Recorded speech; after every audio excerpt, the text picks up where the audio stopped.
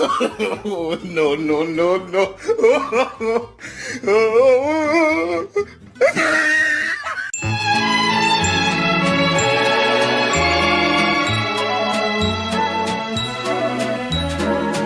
So a while back, I was invited to come to a warehouse in Houston where some parts and systems that were going to be for a museum that didn't happen were being disposed of. And part of what I got from there was 4 old CRT monitors that I thought would, maybe some of them would work or at least be entertaining while they didn't. So in this video, we'll just take a look at each one real quick and see what I got.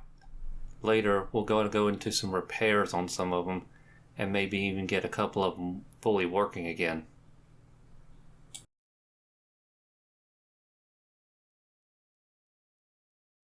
The Sperry CGA screen looked to be relatively intact, with some minor damage on top. It was pretty easy to clean up compared to some of the other monitors as well, so I had some hopes that this one would be the most likely to work. So I powered it up with no input just to see if it would produce a image. On a CGA screen, you should just get a white or gray image if you have no input. Instead, it started sparking internally.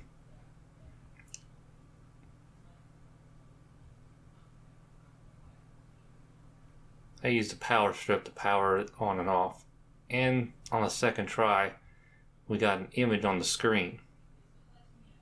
So there was a chance then that if I hooked it up to a computer that it would actually work.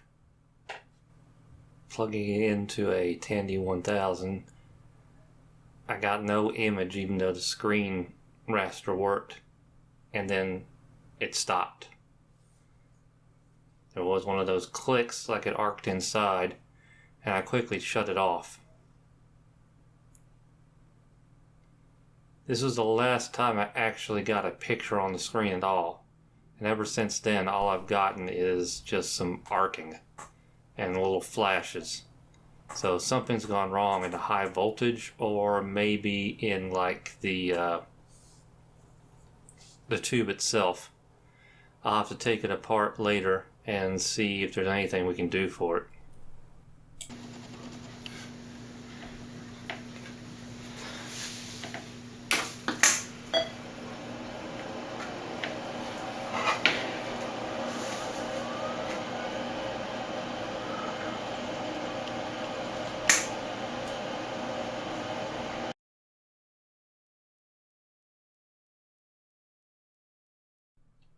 The next monitor is a Zenith Data Systems EGA monitor, also backwards compatible with CGA.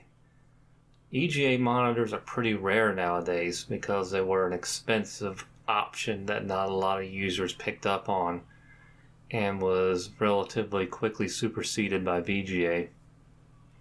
So finding a working EGA monitor in the wild is fairly rare.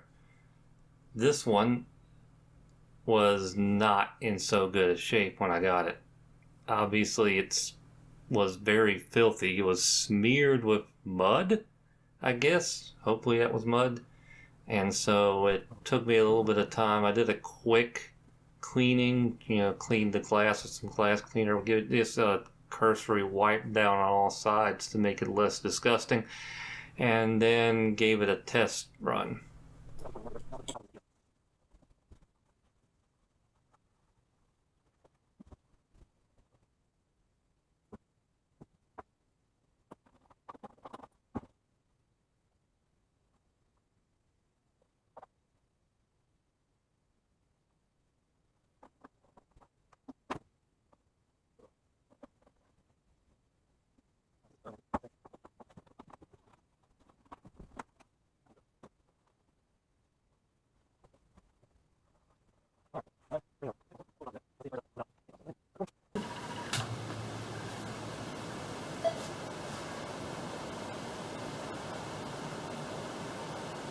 Success!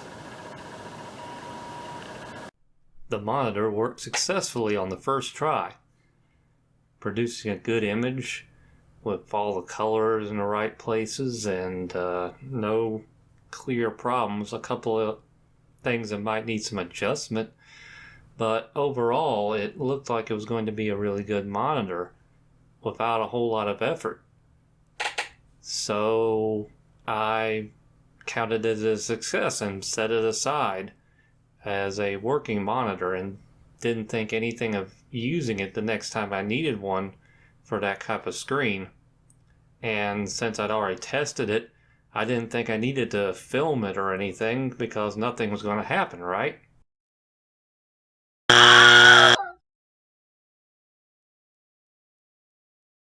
So I plugged the monitor into one of my computers and started running a scan of an old hard drive to see if I could recover it.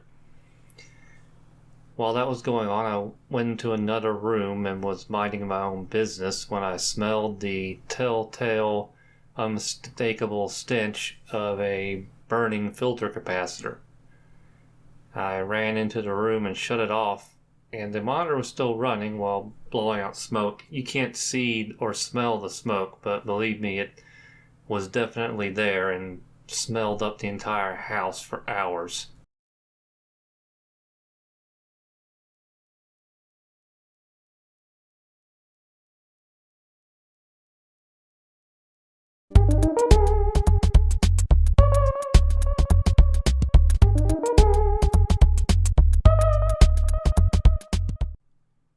This is another EGA screen, but this one looks even worse than the Zenith did when I got it.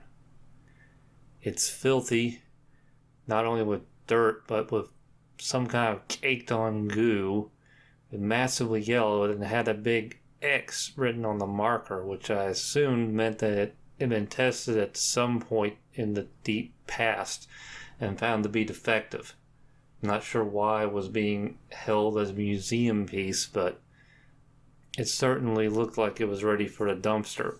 So I decided the first thing to do was give it a quick clean and then would see if there was any hope for it. That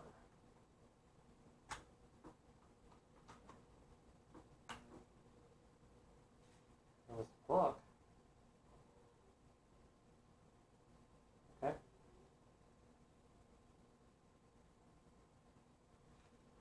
Screen still needs some cleaning. Here we go.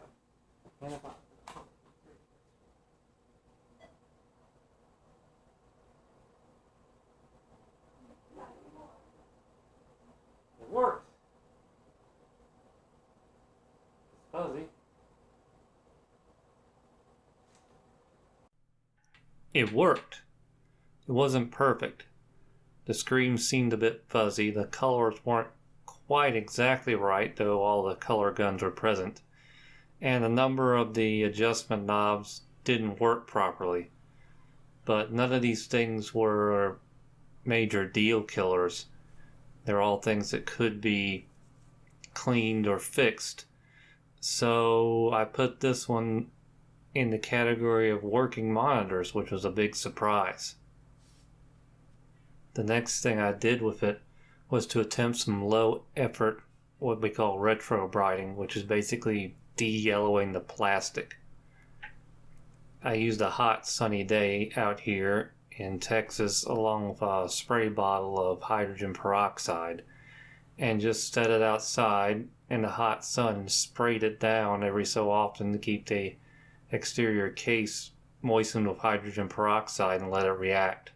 That's not the correct way to do it. You really should take the whole thing apart and keep all the plastic pieces you're trying to fix immersed. But I just was doing something kind of on the quick to see if I could make it a little bit better, and it worked. Now, by the time I had done all this, the previous incident with the Zenith monitor blowing up had occurred, and so I needed another monitor to use for the project I was working on, and I thought, well, there's no way that a second monitor out of the same group would go in the same way, especially after I tested it. Yo lo mareé. Eso.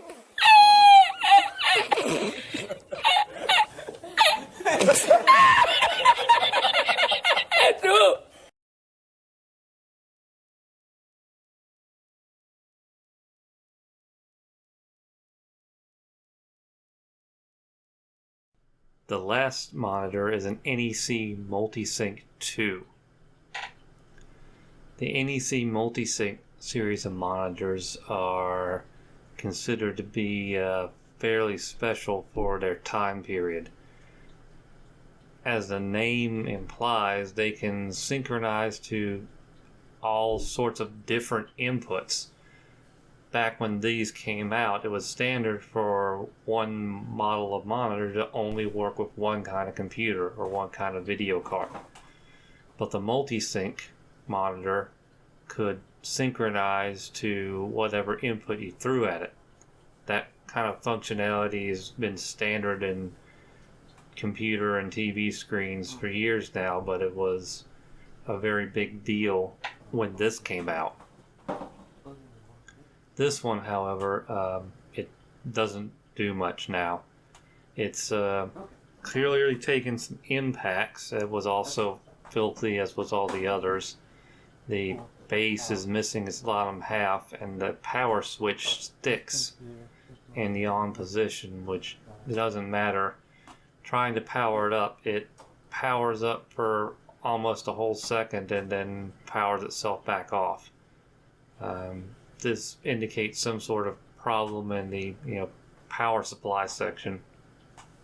The safety protection circuitry is just switching it back off, and you can't turn it back on unless you unplug it and reset the circuit. So there's not much footage of anything with this monitor because until I open it up and attempt to fix it, there's not going to be much to say about it. So it's too bad. This is kind of probably one of the most interesting of all four, but it's also in possibly the worst internal condition. Something to power on and tripping some kind of internal